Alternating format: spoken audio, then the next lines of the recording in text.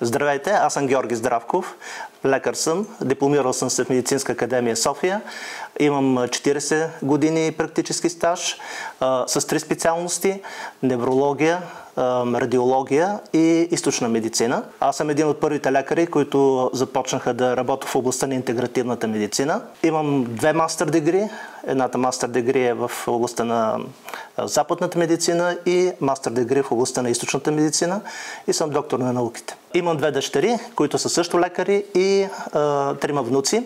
Работя в собствен център по интегративна медицина в Илинойс, в Американските щати. Аз съм лекар, за когото оценката на пациентите е на първо място.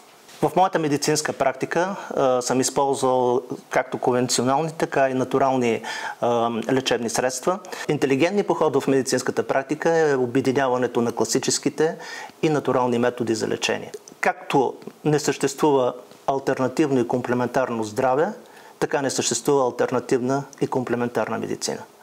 В историята на медицината всички диагностични и терапевтични методи се разделят като нови и стари, ефективни и неефективни.